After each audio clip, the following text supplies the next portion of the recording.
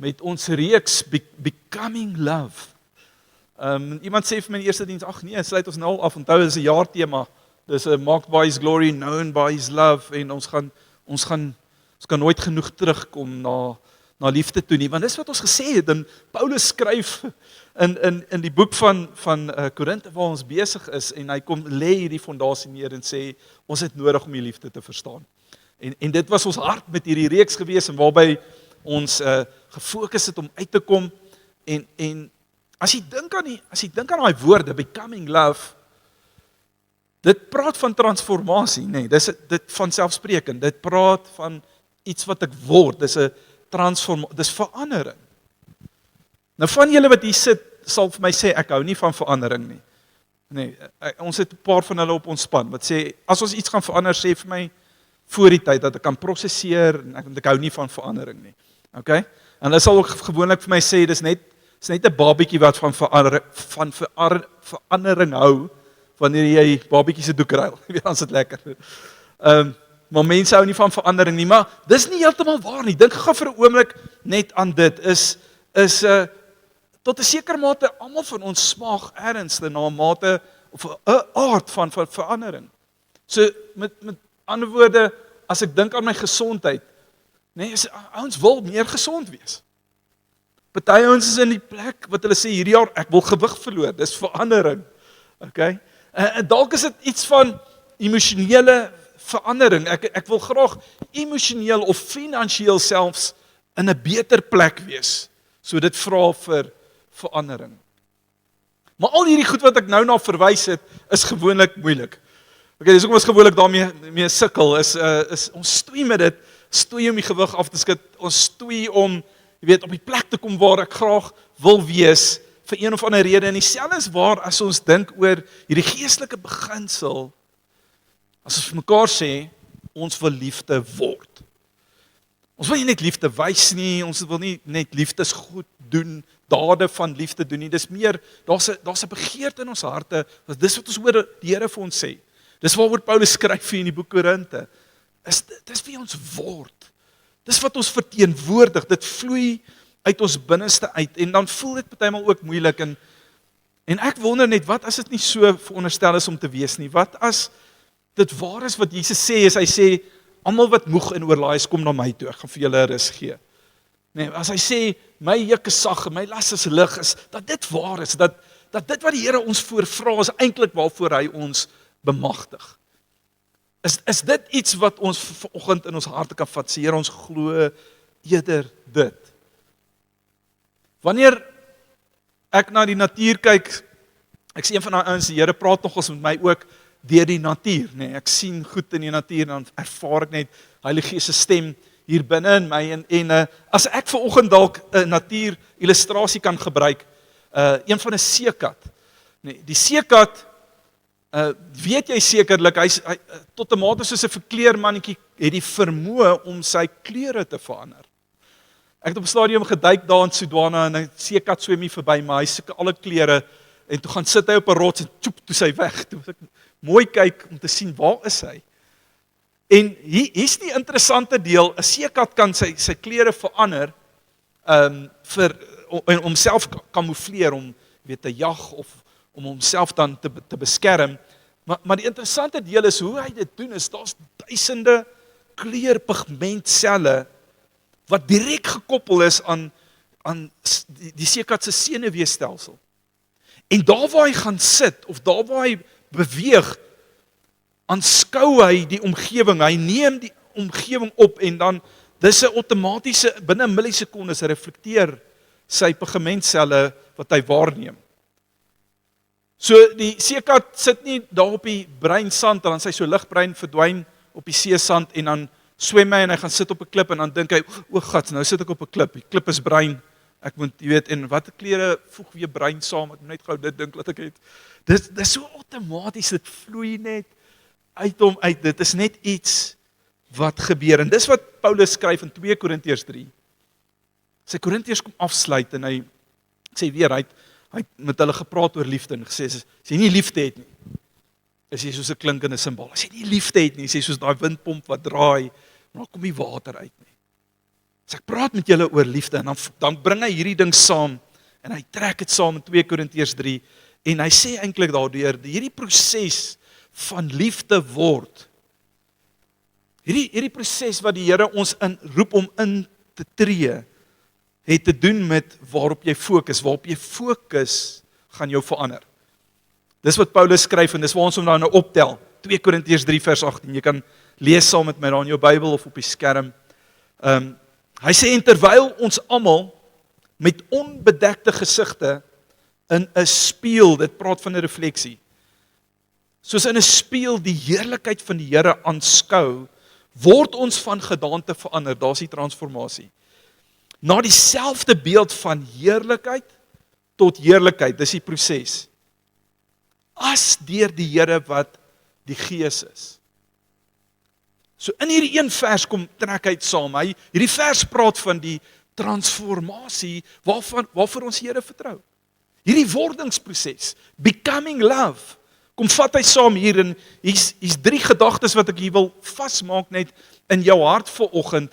Die eerste daarvan is, wat's die krag wat transformasie dryf?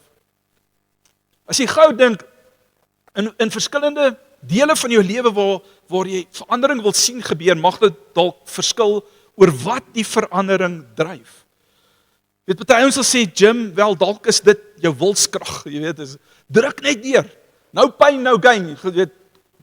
Kom, jy moet net gaan. Jy's of dis dalk ietsie te doen met ek moet my lysies maak en ek moet my beplanning doen en ek moet my wilskrag agter dit insit en ek kry iemand wat my verantwoordbaar sal hou, my accountable sal hou. Ek besluit in die oggende gaan ek 2:30 opstaan om te bid. Dan vra ek vir Marie, stel jou wekker vir 2:30 sodat jy my kan herinner dat ek moet bid. Nee, ons druk deur, ons doen hierdie. Is wilskrag. Ander ouens is meer op die intellektuele krag. Sê knowledge is power. As jy inligting bymekaar kry, jy analiseer daai inligting, lees boeke, nee, dan kan jy 'n proses ontwerp uit die inligting uit wat gaan werk. En vir party goeie sal ouens sê, nee, dis meer 'n emosionele krag. As jy weet, is jou passie, as hierdie vir jou lekker is, as jy die goeie beleef wanneer jy geoefen het, gedraf het of wat ook al, en jy gaan stort en nou is jy op pad werk en jy kan voel, weet jy, dit voel goed. Dis daai emosionele krag agter dit. Nou al 3 van hierdie is belangrik, nee, kan jy dit sien? Dis al 3 speel 'n rol. Iewers is daar iets van wilskrag en deursettingsvermoë wat belangrik is. Iewers is daar inligting en informasie. Die woord sê die mense gaan, die volk gaan ten gronde weens 'n gebrek aan kennis. Die inligting is belangrik. En selfs jou emosionele ingesteldheid is belangrik, veral in sekere goeders wat jy aanpak en waar jy transformasie wil sien gebeur, maar kan ek vir jou sê, dat as ons praat oor geestelike transformasie, as ons praat oor becoming love, dat dit is voor ons bekend wil staan, known by his love, dan is die krag agter dit, nie een van hierdie goed wat ek nou genoem het nie, alhoewel die Here almal van hulle gebruik, ook in daai proses. Maar die krag agter dit is Heilige Gees. Want dis wat Paulus vir ons sê hierso, hy sê baie duidelik aan die einde van daai vers 18, sê hy, dis deur die Here wat die Gees is wat julle hierdie doen. Nee, in ander skrifverwysing sê hy, dis nie deur krag en nie deur geweld nie, maar deur my Gees, so sê die Here. Hierdie is 'n belangrike een om net om vas te maak binne ons, dis die krag van die Heilige Gees wat die transformasie werk doen. Vir ons om liefde te word, vir ons om daai becoming love as 'n realiteit te beleef, is dit die krag van die Heilige Gees binnekant my, wat my bemagtig om dit te doen.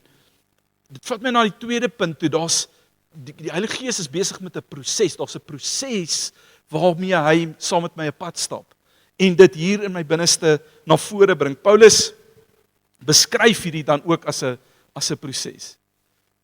Anders as die seekat, in die seekat is dit millisekondes, as hy op daai klip gaan sit, koeps, dan is hy weg. Maar ek en jy, in die proses van liefde word, in die proses waar, maak nie saak met wie ons te doen kry nie, die liefde van Jesus vloei uit ons uit, en mense kyk daarna, en hulle stap weg, en hulle is aangeraak, want hulle beleef die tasbare liefde van Jesus.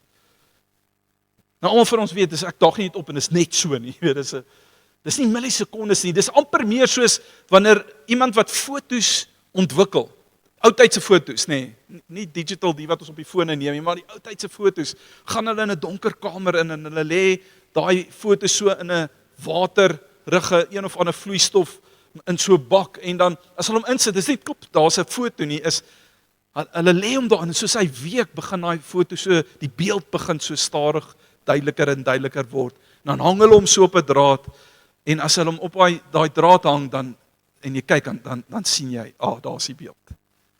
Dis die refleksie van wat jy die foto geneem het ontwikkel.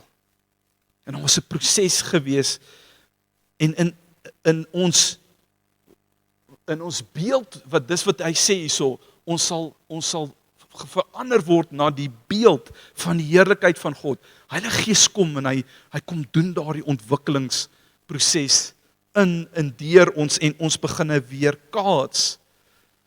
Soos wat die seekat weerkaats wat hy waarneem rondom ons, weerkaats ons die beeld van die heerlikheid van die Here. En nou skryf hy, en hy sê hier's 'n sekere manier waarop hierdie gebeur. En die eerste manier hoe hierdie gebeur is soos ons hom aanskou. Soos ons dit wat ons aanskou, soos wat gebeur met die seekat wat hy waarneem, hy reflekteer, gebeur dieselfde met ons. En hier's 'n beginsel wat belangrik is, want partymal aanskou ons die pyn van die lewe. Partymal is dit die fokus. Al wat ek sien is hierdie persoon wat my te nagekom het en teleurgestel het of seer gemaak het. En ek aanskou dit, ek hou aan om dit te aanskou. Ek gaan slaap met dit in die aand in my gedagtes, ek staan môreoggend op met dit. Ek loop deur die dag, ek sien mense wat my laat dink aan daardie persoon of daardie situasie, en ek aanskou dit, ek hou dit die hele tyd voor my, en wat ek aanskou, reflekteer ek. En dan wonder ek partymal, hoekom sukkel ek so, Here, om te vergewe? Here, hoekom sukkel ek so, dat ek die hele tyd worry, want ek aanskou my probleme. Jy verstaan wat ek sê, dis my fokus, dis waarop ek kyk, en wat ek fokus gaan ek reflekteer, en wat ek aanhou reflekteer, word ek op die einde van die dag. En dis wat Paulus doen, is hy kom roep ons in, en hy sê, hy roep ons tot 'n plek waar ons anders aanskou. Een van die maniere waarvan hy praat van hoe hierdie gebeur is, hy praat van 'n onbedekte gesig. Nou sy lees is dit onmiddellik verstaan waarvan hy praat. As hy verwys na die tyd toe Moses op die berg was, die Here vir hom die 10 gebooie is, hy staan in die teenwoordigheid van God. God se teenwoordigheid is so sterk op hom, dat hy self begin skyn. Hy begin helder te skyn, die Here beskerm hom en doen 'n wonderwerk in daai oomblik dat Moses nie sterf nie, want dis wat die woord gesê het in die Ou Testament konteks is, jy kan nie die heerlikheid van die Here sien en leef nie, maar Moses leef, maar wat die Here doen is, hy beklee hom met 'n doek, hy gooi 'n sluier oor hom, dat wanneer hy met die mense gaan praat, dan die mense nie sal omval nie. Jy weet dat hulle nie sterf nie, want die heerlikheid van die Here skyn so oor hom uit, hy kom met 'n bedekte gesig. Nog 'n prentjie van dit is die ark.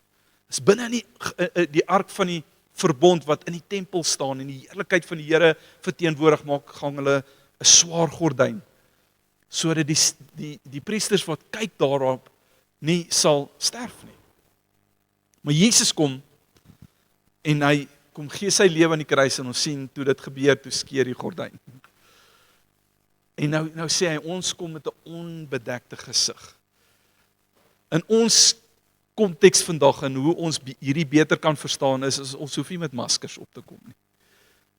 Nou woorde, ek hoef nie 'n masker van liefde op te sit nie. Ek probeer nou my beste, of 'n masker van geduld of genade. So ek sukkel met hierdie geduld ding, maar die Here weet, hy moet my help, jy weet, fake it till you make it. So kom ek met hierdie masker gedagte, nee, dis 'n vol oorgawe en 'n oortuiging van Heilige Gees werk met my net soos ek is. En hy werk met die Jesus binne in my. En is die krag van Jesus binne my, daai liefde wat na vore kom. En dis hierdie pad wat ek stap saam met die Heilige Gees, en Paulus noem dit die gemeenskap van die Heilige Gees. Die gemeenskap met die Heilige Gees. Dit is 'n belewenis van die Heilige Gees se teenwoordigheid in jou lewe.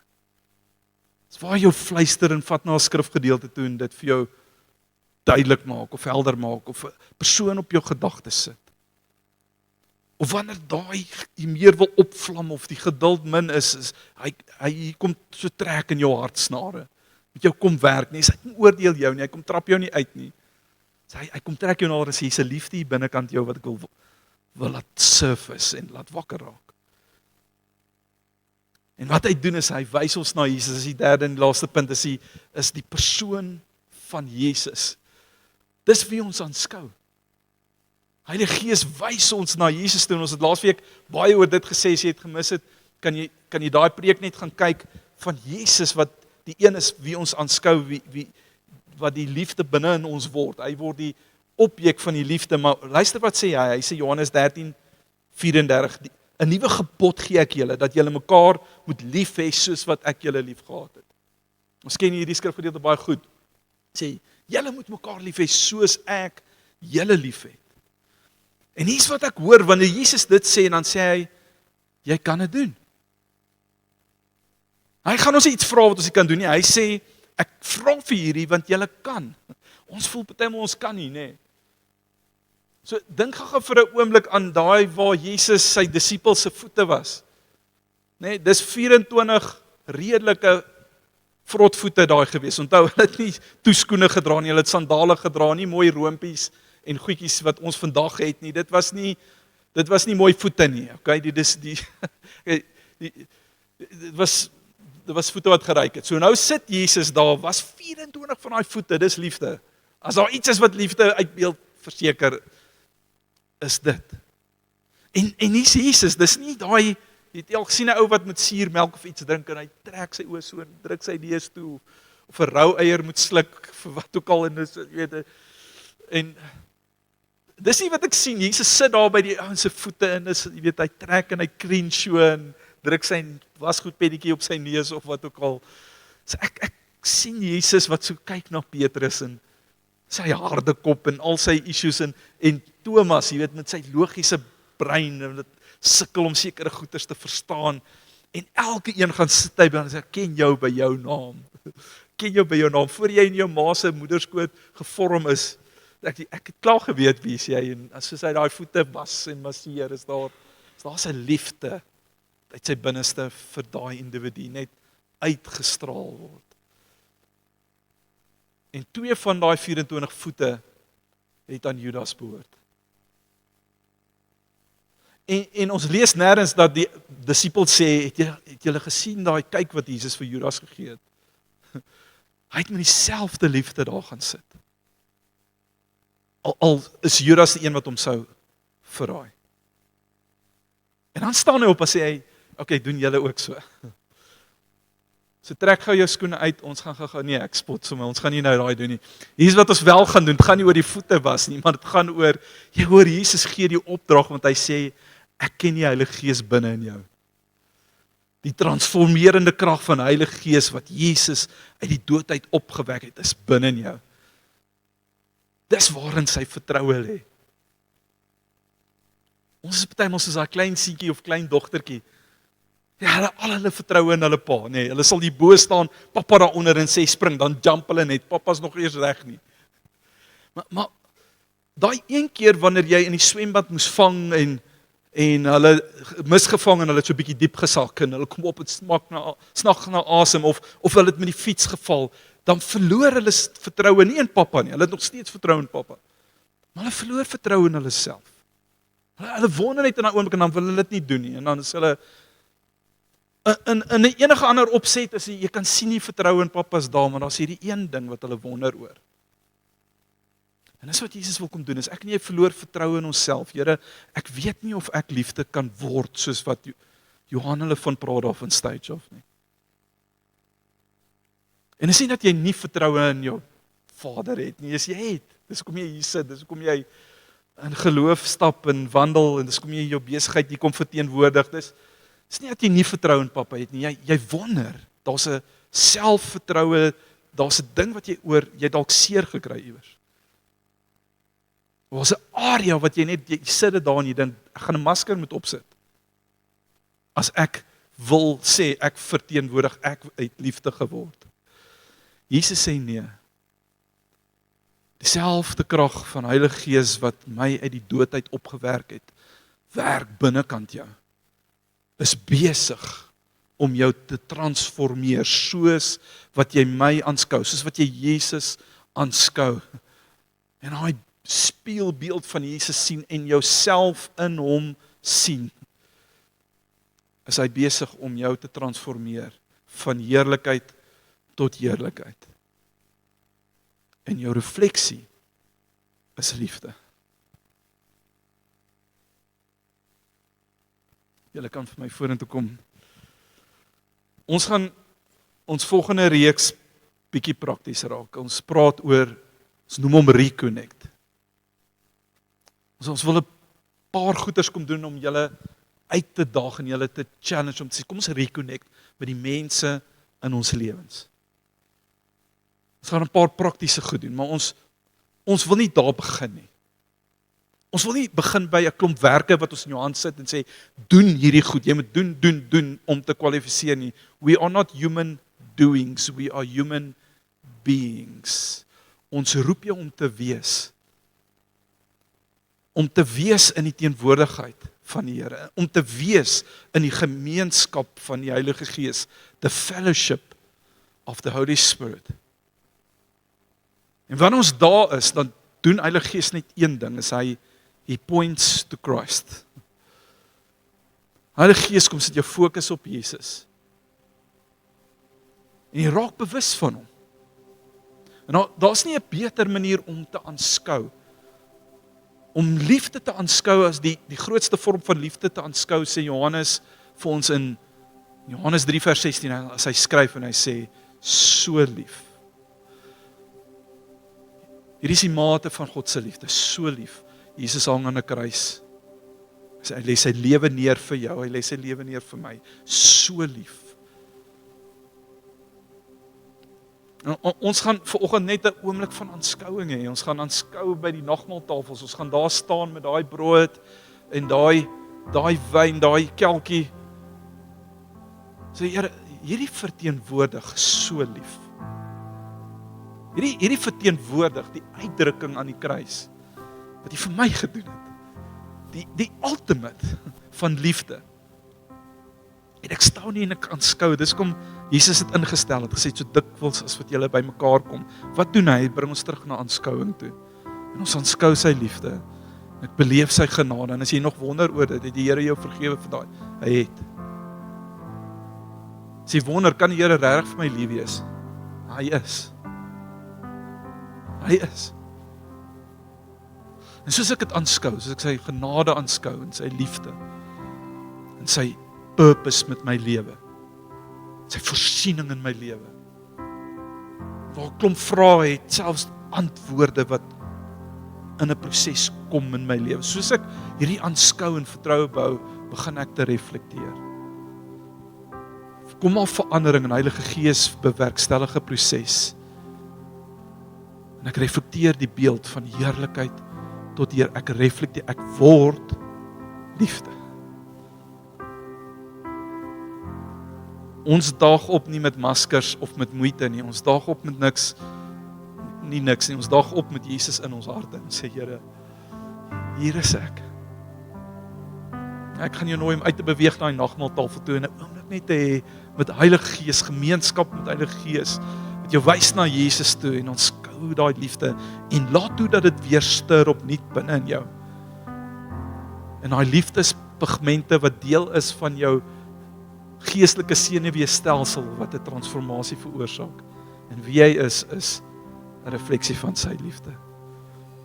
Kom ons vat hierdie oomblik, die worship team gaan in 'n sang inklim wat ook dit vir ons kom net bevestig in ons harte. En ons gaan staan by die nagmaaltafel en net toelaat dat Heilige Gees die waarheid van liefde in my lewe en deur my lewe kom vasmaak.